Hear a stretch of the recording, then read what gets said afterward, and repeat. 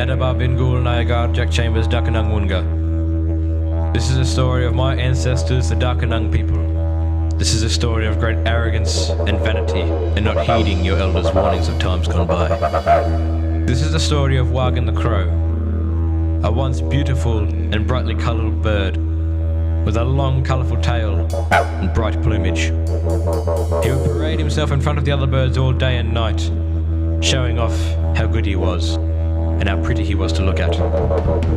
All other birds grew very tired of this, so tired that Binnet the wise owl called together his council of birds to come up with a plan to stop Wargan. He said, "We must fly Wargan as close to Yillik the sun as we possibly can, to scorch his feathers black, butter so he will remain that way for the rest of his days."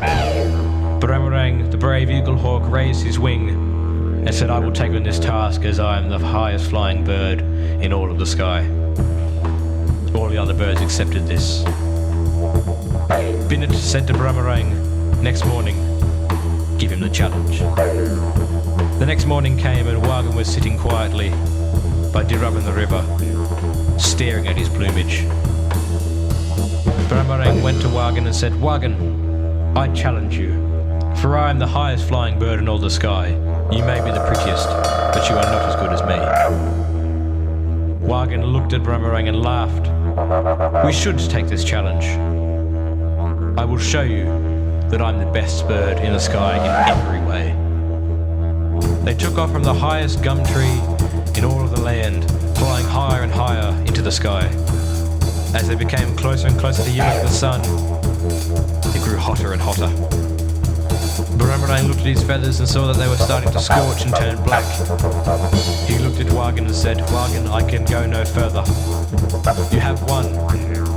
I am turning back." Wargan looked at Baramarang and laughed. "I knew I was the best. No one could ever beat me.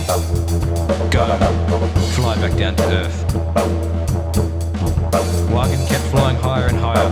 He wanted to be the highest bird that had ever been in the sky. He wanted to reach Yillik. He flew so close that he did not feel his feathers starting to scorch.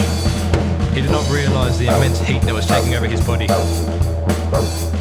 He looked down at his tail and saw that it was not coloured anymore. It was black and half the length it originally was. All his feathers were also black and ugly to look at. He was scared. He flew back down to earth, frightened, only to find Baramarang waiting by Dirubin the river. "Well, Wargan, you may have flown higher, but look what had happened. Your feathers are black, and they will always be black.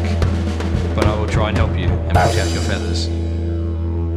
Baramarang dipped Wargan into the river, hoping that something would happen, and his colours would come back, that everything would be okay.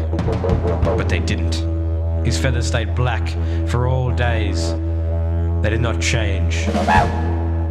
Bayami visited Wargan, saying, "Wargan, you are foolish to fly so close to Yillik. Have you not seen all other birds that are now painted black? They flew too close. You did not listen to me. You did not hear my call or heed my warning. You will stay like this for all days. You shall tell other birds not to do so. You shall show them your black feathers for all eternity."